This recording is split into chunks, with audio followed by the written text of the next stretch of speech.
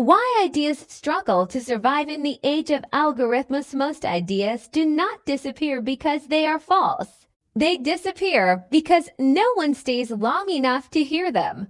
We like to believe that the modern world rewards truth, intelligence, and depth. But online, this belief quietly collapses. Ideas today do not compete in a neutral marketplace of reason. They compete inside feeds, timelines, and recommendation systems. And within those systems, attention is the primary currency. Algorithms do not ask whether an idea is meaningful, ethical, or true. They ask a far simpler question: did the viewer stay?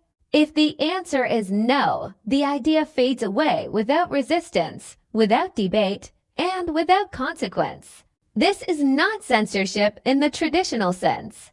It is something more subtle, a structural filter that decides what is allowed to exist long enough to be noticed. This shift changes how power works. In earlier periods, power was tied to territory, institutions, or force. Today, power increasingly flows through visibility. What can hold attention gains influence. What cannot is effectively erased. In such an environment, depth alone is no longer enough. Even the most thoughtful ideas are fragile if they cannot survive the first few seconds of contact. This is where philosophy begins to struggle. Philosophy was built for patience. It assumes a reader or listener willing to slow down, reflect, and tolerate complexity. But digital spaces are designed for speed, interruption, and constant movement. Long introductions feel heavy. Careful language feels weak, and ambiguity feels like failure. As a result, many philosophical ideas die before they are even understood, not because they lack value, but because the environment is hostile to them. It is tempting to blame technology itself, or artificial intelligence in particular. But AI is not the enemy of thought. AI does not destroy ideas. It amplifies whatever structure it is given. If the thinking behind an idea is vague, unfocused, or uncertain, AI will only make that vagueness louder. The real problem is not machines, but how poorly humans often shape their own ideas. In the attention economy, structure is not manipulation. It is survival. A hook is not deception. It is an entry point into thought. Retention is not vanity. It is time granted to an idea.